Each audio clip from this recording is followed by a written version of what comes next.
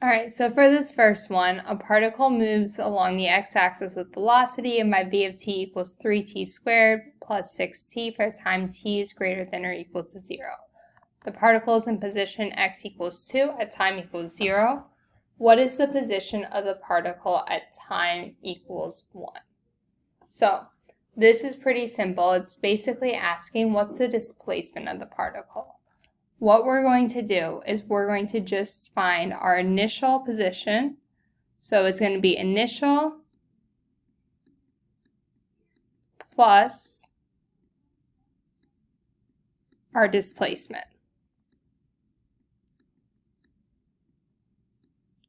So initial plus displacement.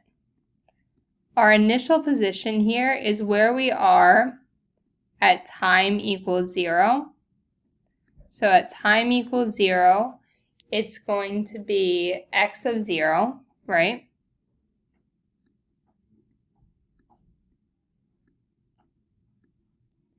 Plus our displacement is going to be the antiderivative, right?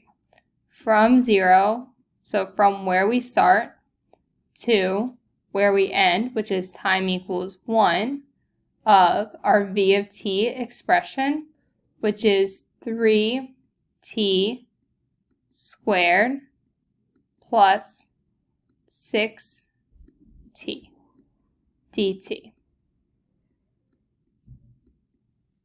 So from here, we know x of 0 is 2 because it's at x equals 2 at time equals 0.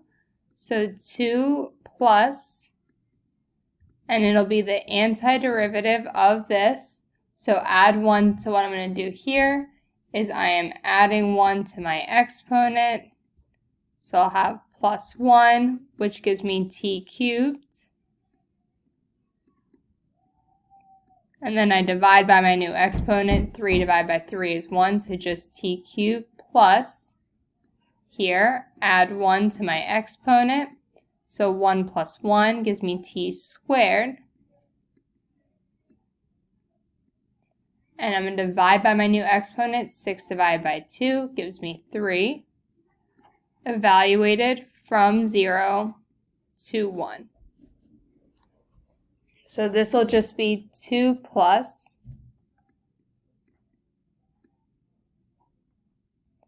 1 cubed, because it'll be top minus bottom, plus 3, and then it'll be times 1 squared, minus 0 cubed, that's a 3, sorry, plus 3 times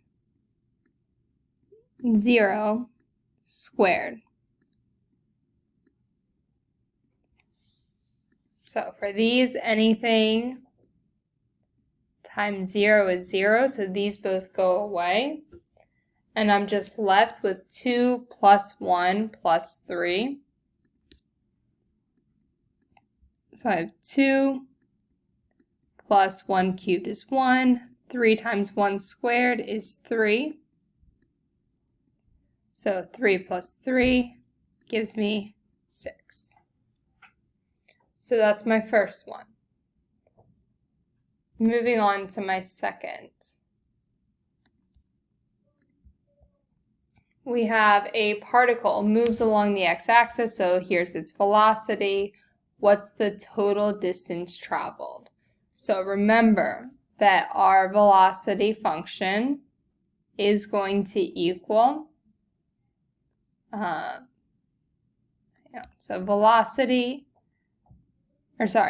distance traveled is going to be the integral from 0 to 2 of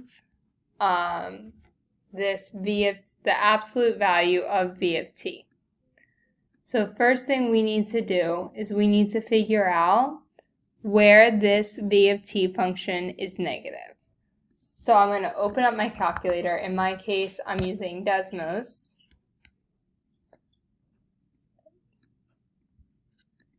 Here. And when I graph this. So it is, back to this, sorry. T squared minus 1 over t squared plus 1.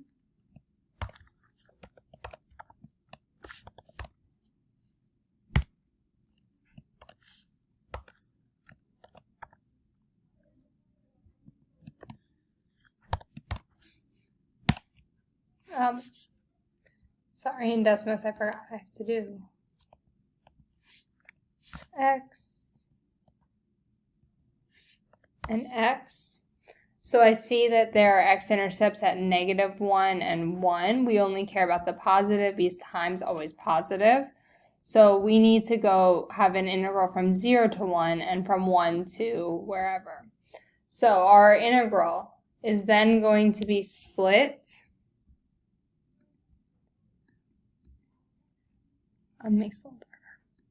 So this is going to be from 0 to 1 of v of t, means it's negative.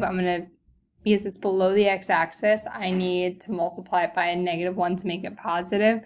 So negative times the integral from 0 to 1 of v of t dt plus, this is above the x-axis, so we know the area will be positive, from 1 to 2 of v of t dt, and you're just plugging this into your calculator. So when we do this, we'll get 0.927, which is D. All right, moving on to number 3. So this one's a little bit tricky. So it's talking about at time equals 0, the acceleration of the particle on the x-axis is this. So for what value will the velocity be 0? So there's 2 ways to do it. The way that you guys, I'm guessing, probably approach this would be, you said like, all right, so we know that the velocity is the antiderivative of acceleration. So you took the integral of t plus sine t, and there's nothing wrong with this, dt. So you take the integral of that and you get t to the 1/2 sine, or sorry, antiderivative of sine would be negative cosine, so minus cos t, that's a t there, dt plus, or sorry, not dt, apologies, cos t plus c.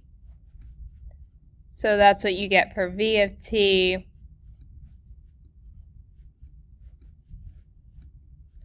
and then from there you have to plug in, because we know v of 0 is -2, and so you plug it in, and so you have -2 equals 0 to the 1/2 minus cos of 0 plus c, blah, blah, blah. So you have -2, 0 to the 1/2 is just 0.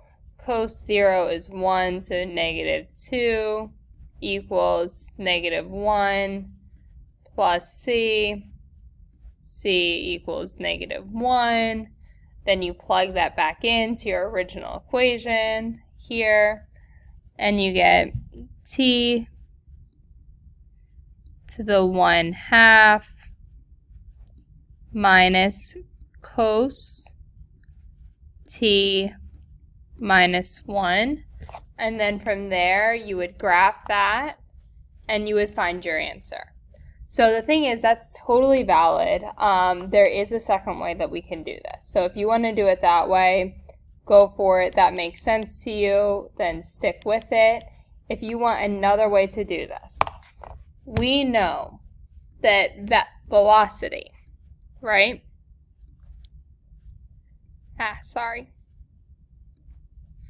So we know that velocity is going to equal, so v of t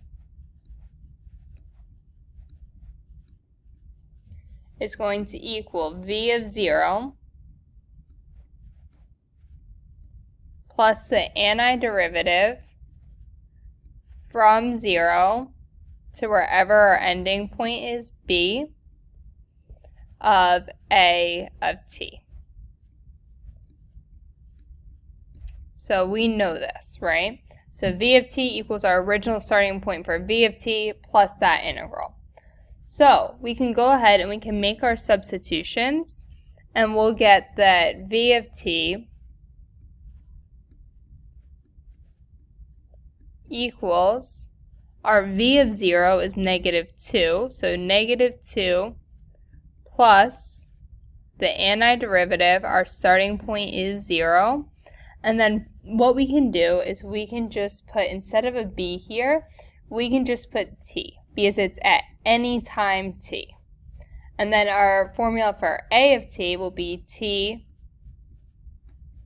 plus sine of t dt. And we want to know when this equals 0, because we want to say when is the velocity 0, so when does this expression equal 0. So instead of v of t, you can right here just put 0. So I'm going to graph this here, and I find the x-intercept, and it takes a minute to graph it, but you can graph it and you'll get this 1.48 answer here. So if you just plug this expression in to your calculator, so you go to y equals, and you plug this in, exactly, except instead of a t there will be an x, but it'll be -2 plus the integral from 0 to x of x plus sine x dx. Just remember on your calculator that you will need to have double parentheses there, because there will be a parentheses there. But if you plug this into your calculator, it'll graph it for you, and then you can check where the x-intercept is. All right. So now you guys are going to go on to this free response. I'll give you some time for it, and then I'll do a video going over it.